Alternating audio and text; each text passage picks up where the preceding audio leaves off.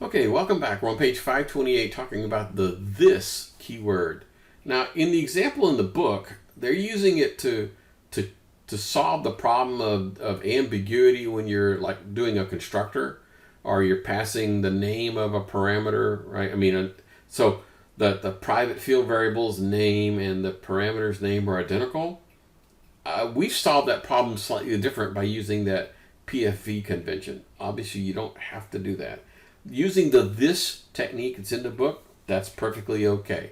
I solved the problem a slightly different way.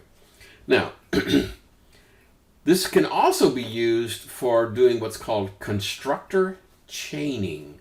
I want one constructor to talk to another constructor. Let me go back to my employee and explain what I'm talking about. So I have a constructor somewhere right here, a default constructor. But what if I wanted to also have another constructor where you pass the name and the department, for example? All right. So here we go. So I could say public employee, and then I'm going to do string first name, and then department depth. Now, their technique would be like this dot, except it's not called PFV now. Whoops. Dang it. Come on, I'm trying to get the IntelliSense to work at it. It's not working for me. Is equal to first name, right? Now, we don't need to do that because ours already is different. But you can see how if this wasn't the same, then that would be kind of handy. All right, so that part is pretty straightforward. Maybe I should wash this through input validation, which would probably be a good idea. Okay, so I guess I'll do that. Instead of doing it this way, I'm going to do set first name. And then here I want to do set department. Depth, because I may have some input validation there as well. Remember how anytime you're getting data from the programmer on the command line, you don't necessarily trust it. But if I did this, I need to be able to go back and copy this guy. Well, there's another technique. Instead of copying and pasting code, which I do not like, I'm going to tell it that the first thing it ought to do is run the default constructor. Well, so this is where the this comes in. This. Okay, what this means is that whenever I run this constructor, the first thing it's going to do is go up here and do this and increment my ID. So now it'll be like employee 2 or 3 or 4. And then it's going to go back here and do the rest of these things. Does that kind of make sense? So this is useful in two ways. One is removing ambiguity when you're trying to set things, which we solved in a slightly different way. And the second thing it's really good for is constructor chaining. I can have one constructor call another constructor. Okay, kind of makes sense. So, what are the rules? Ooh, did your ears perk up? When doing constructor chaining, the this statement has to be first. Absolutely has to be first. First line in the thing. And the second is I could have multiple ones. I could have a third one. An employee, and then have it call the second one calls the first one. Yeah, that would work. Third one calls the second one calls the first one. Perfectly okay. Okay, the next thing we're going to talk about is we're changing the subject dramatically. On page 531, they start talking about enumerated types. Okay, and enumeration, how's that for a good term? I really like enumeration, so pay attention. Because, hey, if the professor kind of likes something, there's probably a reason for it, so you really need to be paying attention. So let's say, for example, you had several employee types, and you wanted to have some way of discerning the employee type. So let's go back up to the top here. And somewhere up here in the constants, let's create some more stuff. Now, these guys, okay. So I'm going to basically do the same thing. I'm going to do final, public, static, int, and we're going to do, I'm just going to have like an employee type, you know, like hourly. How about full-time hourly? Full-time hourly. And I'm just going to give them like just numbers. Like this is number 0. Okay? Something like that. Yikes. Got to spell it right. And then I'm going to do a, whoa, don't do that. I like things to be pretty. And we'll do a couple of other, you know, we'll do another one for like part-time hourly. And there'll be a lot of other of these. You can imagine quite a few of these guys.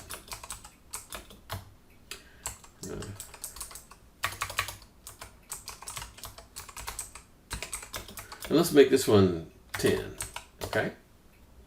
And so there's going to be some codes in here. Let's say, I don't know, let's say I have 5 or 6 of these guys.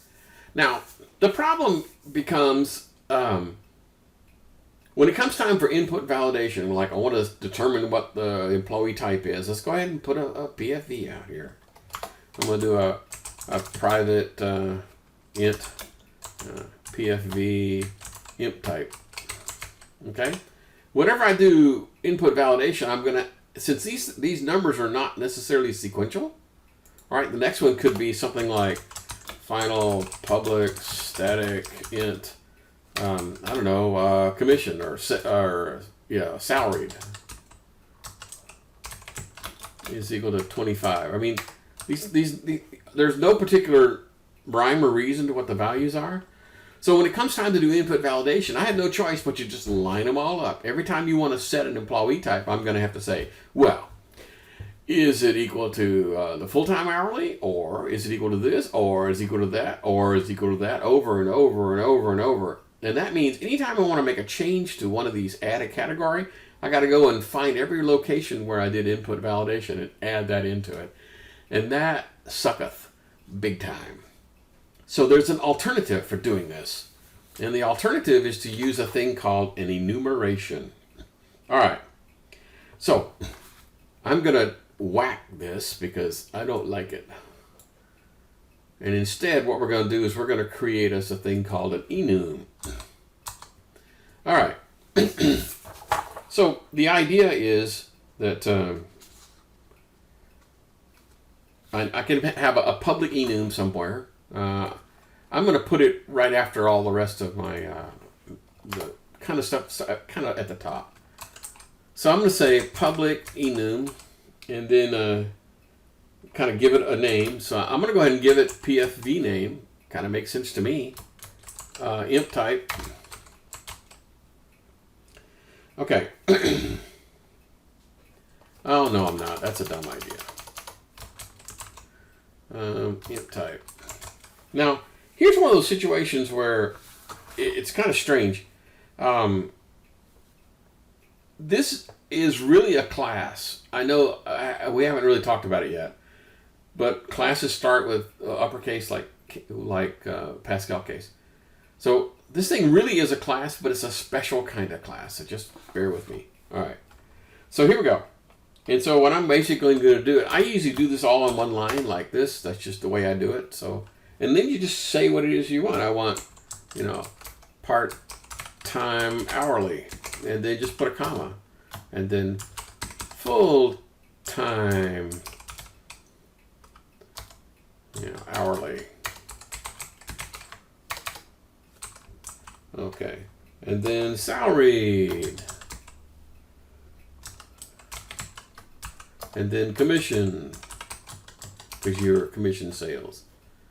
Okay, so those are my categories that I'm going to use. And now when it comes time for input validation, this becomes pretty doggone easy. So what I'm going to do here, I'm going to say PFV. Instead of being int, it's going to be of this type called imp type. So now when it comes time for input validation, this is actually pretty easy. Let me explain why. Let me go ahead and create me a setter for this guy. Well, I guess I'll need both a setter and a getter. Doggone it. Oh, here we go. So public void set imp type. And it's going to be the imp type enum. Dang it.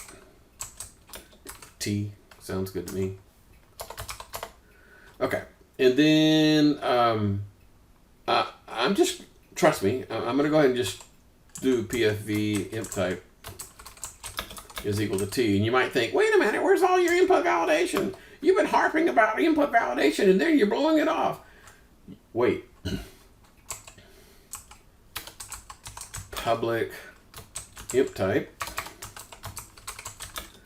get imp type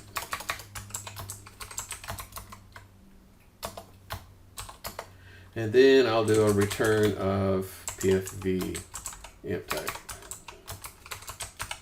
If I can spell it, I'll do that. Okay, so why didn't I have to go and do a bunch of stuff here? Well, let's go and find out why. Here we go. So I'm gonna keep whacking on my my imp1 guy. So I'm gonna say imp1 dot set employee type. And then I want to type something in here that doesn't work, like 12. And it's going to come back and it's going to give me a nice red thing saying, I'm sorry, that just doesn't work. Wow. Using enumeration prevents secondary input validation errors. I don't have to check them because I know they are prevented. No need to check because I have prevented. Isn't preventing an error a heck of a lot better than catching them and finding them and fixing them? So this has got to be nothing other than one of these defined things.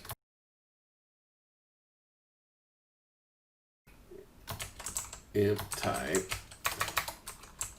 dot, I don't know, full-time hourly. So I have fixed it so that I have prevented input validation errors by the programmer. The programmer cannot send me garbage. Isn't that cool? Now, that's one of the reasons I really like enumerations, is because they prevent secondary input validation errors by programmers. They can't do it.